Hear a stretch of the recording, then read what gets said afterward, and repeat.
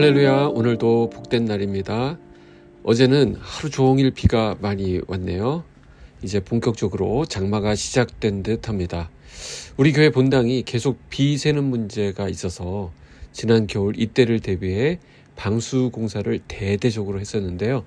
감사하게도 본당 예배실은 아직까지 비가 새지 않고 있습니다. 그런데 진공관과 로비 쪽으로 비가 많이 새고 있습니다. 학교가 나름 예산을 많이 써가며 했던 공사인데 아무튼 안타까운 마음이 있습니다. 결국 보다 못한 우리 엄가이버 집사님이 손을 걷어 붙였습니다. 어제 오후 진공관 위쪽으로 비를 막는 작업을 단행했습니다. 다소 투박하긴 하지만 확실하게 단도리를 해둔 상태입니다. 상당한 효과가 있을 것으로 기대하고 있습니다. 올해는 우리나라에 이런저런 홍수로 인한 피해가 최소화될 수 있도록 기도하는 마음이 우리 모두에게 있습니다. 오늘 우리에게 주신 하나님 말씀은 예레미야 27장 1절에서 11절까지의 말씀입니다. 유다의 왕 요시야의 아들 여호야김이 다스리기 시작할 때에 여호와께서 말씀으로 예레미야에게 임하시니라.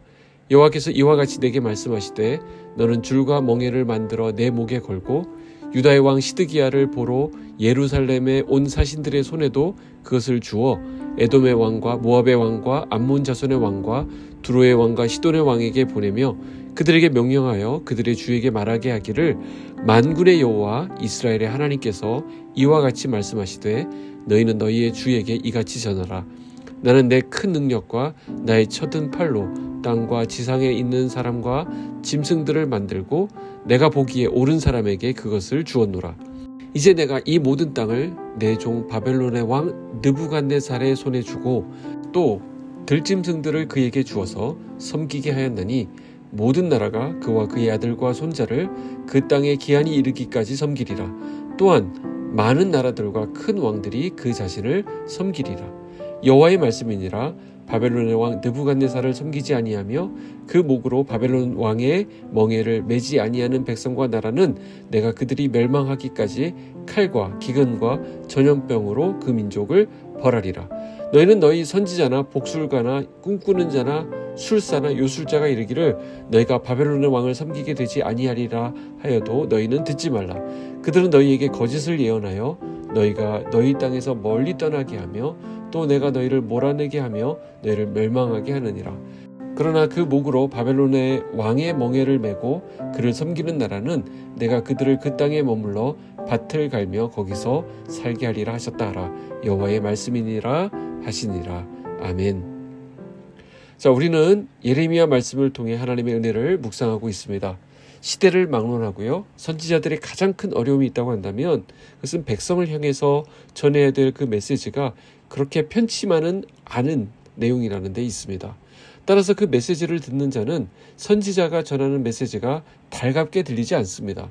흔쾌히 받아들이기가 쉽지 않습니다. 그래서 어떤 경우에는 귀를 아예 막아버리죠. 외면합니다. 그리고 조롱합니다. 오늘 27장 1절 말씀은 예레미야에게 다시 말씀이 임했다는 것을 우리에게 알려주고 있습니다. 1절 보실까요? 유다의 왕 요시야의 아들 여호야김이 다스리기 시작할 때에 여호와께서 말씀으로 예레미야에게 임하시니라. 여호와의 말씀이 선지자 예레미야에게 임하십니다. 그 말씀이 임할 때는 우리가 잘 알고 있는 선한 왕 요시야 때가 아닌 그 다음 왕들 때입니다. 역사적으로 남유다는 세 차례 바벨론의 침공으로 멸망하게 되는데요. BC 605년에 1차 침공이 있고 또 BC 597년에 2차 침공이 있고요. 그리고 결국 BC 586년에 3차 침공이 있게 되는데 바벨론 왕 느부갓네살에 의해서 예루살렘은 완전히 패망하게 됩니다. 자, 지금 예레미야가 이 말씀을 예언하고 있는 이때는 바벨론의 2차 침공, 자, 두 번째 침공이 임박했을 때로 보여지고 있습니다. 하나님은 선지자들을 통해서 끊임없이 경고하셨습니다. 강대국들을 의지하지 말라는 것입니다. 그들 누구로부터도 도움을 얻지 못할 거라고 주님은 계속 선지자를 통해서 말씀하셨습니다. 그런데 백성들은 그 메시지를 귀담아 듣지 않았습니다. 하나님은 세상 나라들은 의지할 대상이 아니다라는 것을 계속해서 일깨우셨지만 그들은 무시했습니다.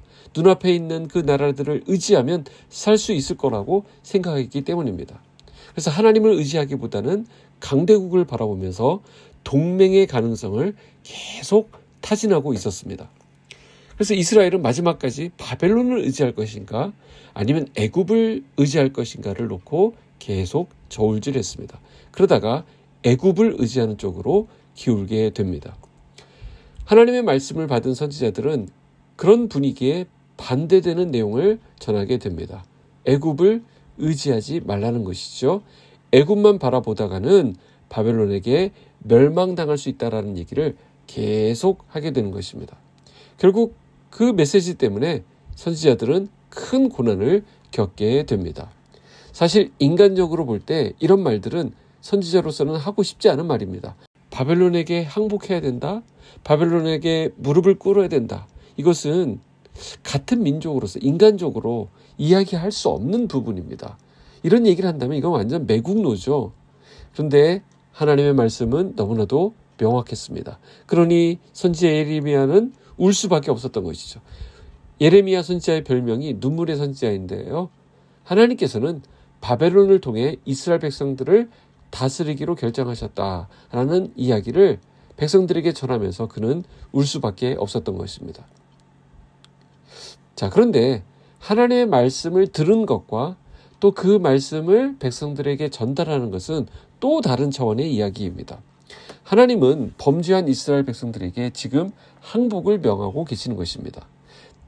너희가 주인이 되어서 살아가던 삶에서 이제는 주님이 주인 되심을 인정하는 삶을 살아라 라고 하는 것은 사실 오늘 우리가 매일 결단해야 되는 부분입니다. 우리가 주님께 항복하면 주님은 우리의 삶을 다스리시고 우리가 살 길을 열어주실 것입니다. 자, 예레미야의 성품을 연구한 사람들은 이 예레미야는 지극히 내성적인 사람이었고 남들한테 나서기를 좋아하는 사람도 아니었다라고 평가합니다. 그러니까 자기 기질이나 성품에 맞지 않는 것인데 그 성품을 거스려서 말을 한다라고 하는 것은 정말 어려운 일입니다. 자, 2절 말씀해 보시면 여호와께서 이와 같이 내게 말씀하시되 너는 줄과 멍에를 만들어 내 목에 걸고 이렇게 말하고 있습니다. 자, 이번에는 예레미야에게 또 다른 명령이 주어지는데요. 하나님의 말씀을 말로만 전하는 것으로는 부족하니까 그것을 행동으로 표현하라는 것입니다. 그래서 예레미야는 멍에와 줄을 자기 목에 걸고서 다시 그 메시지를 전하게 되는 것입니다. 멍에와 줄을 매라라는 것을 하나님이 말씀하셨다는 거예요. 자, 오늘 3절에 보면 유다왕 시드기야를 보려고 여러 나라에서 온 사신들이 있다라고 하는데 이것을 통해서 알 수 있는 것은 이스라엘을 비롯한 여러 나라들은 지금 바벨론이라고 하는 공통의 적을 앞에 두고 서로 동맹을 맺고 있다라는 것을 알 수 있습니다. 나름 살 길을 찾아서 여러 가지 방법을 동원하는 이 세상 왕들의 모습을 볼 수 있습니다. 그래서 더 어려운 것 같습니다. 아무튼 예레미야로서는 정말 감당하기 어려운 부담일 수밖에 없는데요. 이미 말씀으로 전할 만큼 전하지 않았습니까? 근데 백성들이 잘 안 받아들이는 거예요. 근데 이번에는 무슨 행위 예술을 하는 것도 아니고 이상한 퍼포먼스를 하도록 하시는 것입니다. 이제는 더 이상 말하기에도 지쳤다는 것일까요? 그러니 그냥 아예 멍에와 줄을 목에다 걸고 다니라라는 것입니다. 말만 한두 번 하고 끝낼 것이 아니라 너의 삶을 통해 지속적으로 전하라는 의미입니다. 오늘 하나님께서 우리 각자에게 지어주신 멍에가 있습니다. 일단 멍에라고 하는 것은 귀찮습니다. 성가십니다. 거추장스럽습니다. 그렇게 생각될 수 있는 것이죠. 그러나 멍에는 결국 우리를 통해 일하시는 하나님의 방식입니다. 그 멍에가 있기 때문에 우리는 조금 불편할 수 있습니다. 또 자유롭지 못할 수 있습니다. 그러나 그 멍에 때문에 우리가 살게 되는 것입니다. 또한 멍에를 메고 있는 우리를 바라보고 있는 그들도 살게 됩니다. 우리는 이 말씀을 들으면서 주님께서 하셨던 말씀을 기억합니다. 너희는 내게 와서 배우라. 내 멍에는 쉽고 내 짐은 가벼움이라. 이 말씀을 하셨습니다. 멍에를 매야 할 일이 있다면 하나님의 멍에를 매라는 것입니다. 세상이 지게 하는 멍에는 고통스럽습니다. 그러나 하나님께서 매라고 하는 멍에는 우리를 자유케 하는 멍에이고요. 하나님이 기뻐하시는 방향으로 이끌어가는 인도하심의 멍에입니다. 하나님께서 저와 여러분에게 지어주신 멍에가 있습니까? 기쁨으로 메고 감당하시는 은혜가 있기를 축복합니다. 능히 감당할 힘을 주실 것입니다. 7절 보실까요? 모든 나라가 그와 그의 아들과 손자를 그 땅의 기한이 이르기까지 섬기리라. 또한 많은 나라들과 큰 왕들이 그 자신을 섬기리라. 저는 이 말씀의 위로를 얻습니다. 모든 일에는 기한이 있다는 거예요. 기한이 이르기까지 섬길 것이다. 기한이 있을 때까지 고통을 겪게 된다는 것입니다. 이스라엘은 실제 70년 바벨론 포로 생활에 고통스러운 때를 지나게 됩니다. 그러나 70년이 되었건 700년이 되었건 거기에는 기한이 있다는 것입니다. 하나님이 통제하고 있는 것입니다. 그러니 때가 있다는 것이죠. 지배를 받아야 될 때도 있고 그 지배로부터 풀려날 때가, 그런 기한이 있다는 것입니다. 여러분, 기한이 있다고 하는 것, 이것이 우리에게 소망을 갖게 합니다. 영원한 고통을 받는 게 아니라는 것입니다. 하나님께서는 그 땅에서 기한이 찰 때까지는 바벨론을 섬기게 될 것이다, 이렇게 말씀하십니다. 무슨 말씀이죠? 바벨론에도 기한이 있다는 것입니다. 그렇게 강성하고 그렇게 떵떵거리지만 그들에게도 기한이 있습니다.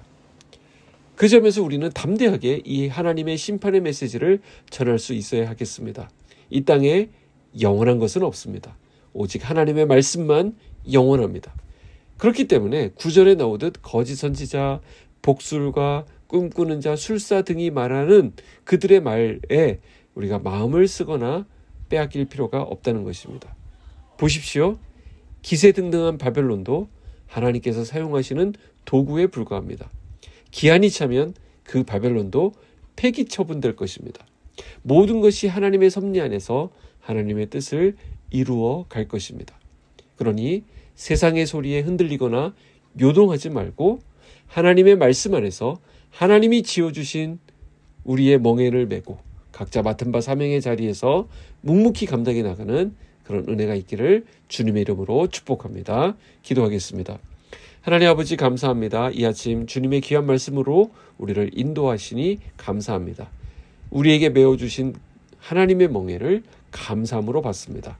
가정의 멍에, 공동체의 멍에, 성도로서의 멍에, 부모로서의 멍에를 주님 주신 힘으로 넉넉히 감당하게 하셔서 하나님의 사람으로 쓰임받도록 온전히 인도하여 주시옵소서.